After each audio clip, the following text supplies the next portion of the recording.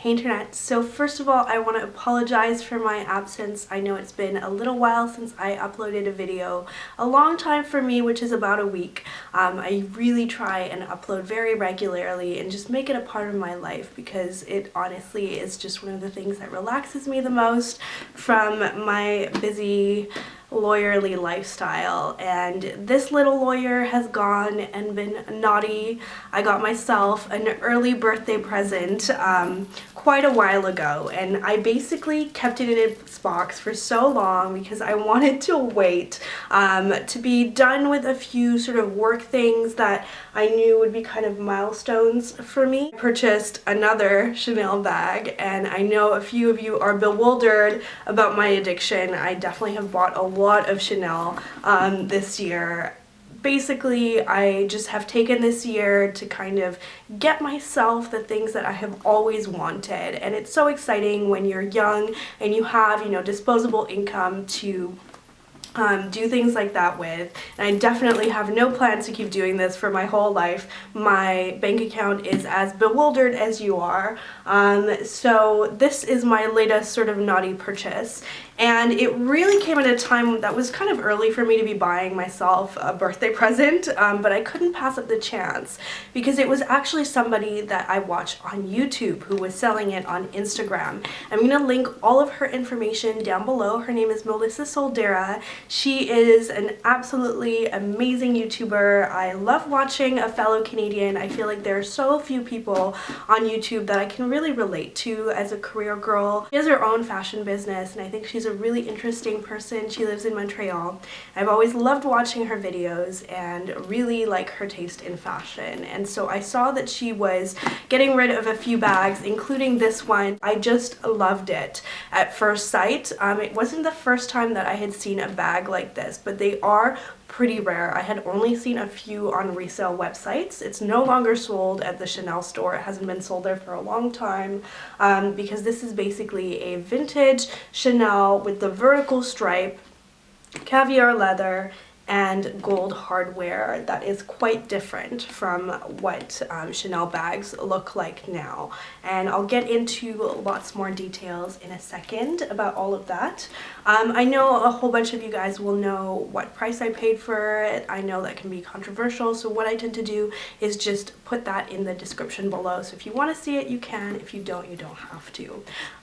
What I would say before I get into the details of the bag is, because this is a vintage bag, I feel like there are pluses or minuses to it, and I just want to talk a little bit about that because it is a jumbo, and I feel like that is one of Chanel's most popular bags. And I've seen lots of sort of chat rooms on Purse Blog that talk about whether they want this one or they want a new jumbo, and the price difference is enormous between them, but there's also a lot of differences in features. And let me tell you sort of what led me to get this one instead of a new Chanel jumbo in the caviar leather with the traditional quilting.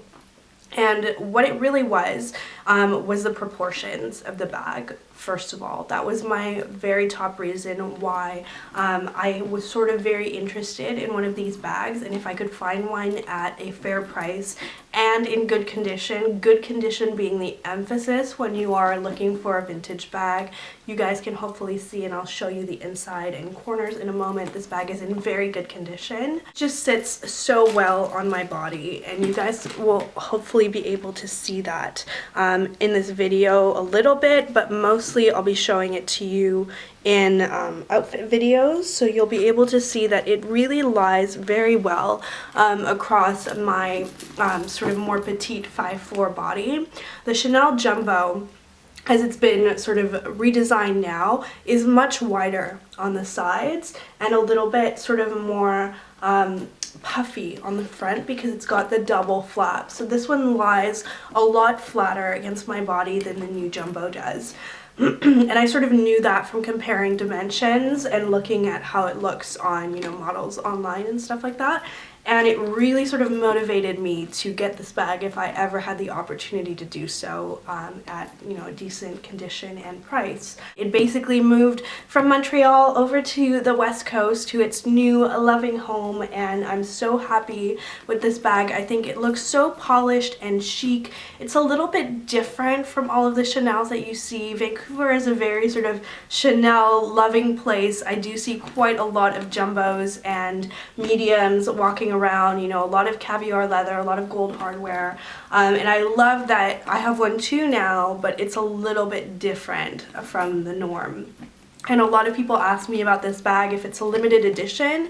That seems to be most people's guess. I'm pretty sure it's from before 1994 because Chanel didn't make this bag anymore after that, and they stopped doing this kind of hardware. And what I mean by that is, before 1994, instead of just using gold-toned hardware, which is what they do now, they used gold-plated hardware.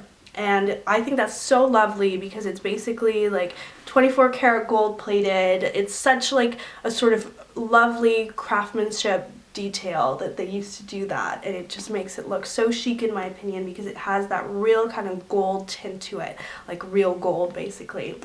The downside of that is that gold plating or any sort of metal plating process is, you know, I remember from chemistry basically over time the metal loses its ions as it ages and it sort of detaches a little bit. And I think they did a really good job with it where, like, I would say 90% of the gold on it is still very intact, especially this part, which is the most important.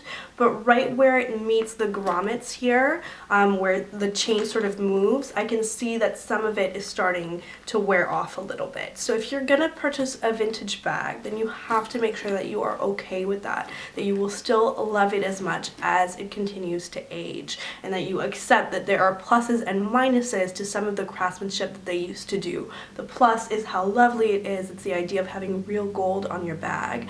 The minus is that electroplating doesn't last forever, so eventually it's going to sort of softly start to wear off. You're gonna see some of the silver underneath it, and it'll give away its vintage nature, but anybody who appreciates beautiful old things wouldn't judge it for that.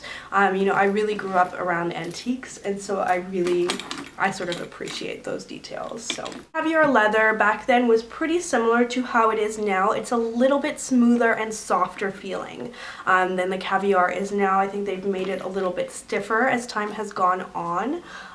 The vertical striping was just one of the designs that they had back then. I really like it. I think it's quite different. I feel like it's a really good partner for my green chevron bag, which is a limited edition that I purchased. If you want to see that video, I'll link it down below because that was the previous Chanel bag that I purchased.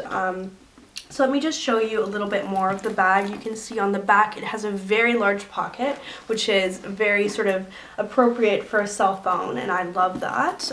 It makes it very practical.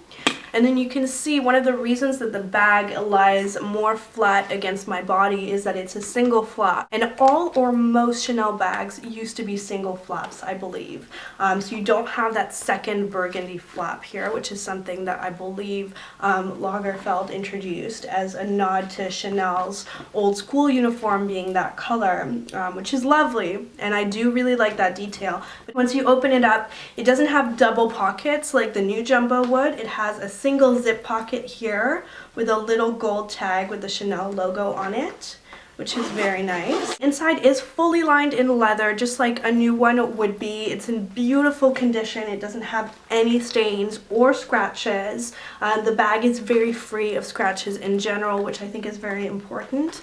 You can see it has the Chanel registered mark here, and then made in France on the inside, which is how they used to do it. So it's kind of nice that it's made in France. I know that's something that's very prized now for new bags. And it's got the second pocket here, so you have really two pockets. And oh my goodness, you guys, this is such a practical bag for every day. It really fits anything that you would want and should legitimately carry. So I switched from my Celine Mini into this bag, and I eliminated so much junk, and it's so much lighter for me to carry around and practical, like over my shoulder, that it is just such a pleasure. And it really fits so many things, like a full little makeup bag, a foldable umbrella, sunglasses, all of those things that you might not be able to fit into a Chanel medium fit in this bag. And I know that that's why so many people love the jumbo and prize it, and it's so hard to get your hands on one. You basically have to wait for months. Like if I wanted to go purchase a new one from Holt Renfrew, I don't know how long it would take, but it would take quite a while. To show you a little bit more close up, you can see the leather has a beautiful shine to it. You're seeing it in natural lighting with just a little bit of artificial lighting behind me. And it just is so shiny and soft. The leather is in beautiful condition. There's no cracking. All of the leather on the straps is really nice and soft and not cracked or damaged. You can see how big the links are on the chain, like compared to my small wrists. They definitely used to do the chains a lot thicker than they do now. So just the whole experience of carrying the bag is a very sort of lush, luxurious one, because I feel like it has a nice weight. It's a light bag, but just in terms of the hardware on it, it's very like hardware heavy for sure. Like if you are a hardware lover like me, you will love this bag. Very sort of old school glam, and I love that. It makes a little sort of twisty sound that I doubt the camera audio will catch when you twist it, and I feel like that's so kind of vintagey. Just the sound of the hardware, it sounds very heavy and solid, which I adore. One of the things that's so lovely for me is that, you know, this bag came from someone that I feel like I know. I mean, obviously we don't really know each other. It was our first time speaking to each other, but it is a nice experience if it can feel a little bit more personal buying a handbag. I think it's a really lovely experience buying bags that have had previous lives before you. So this is my new Chanel Jumbo.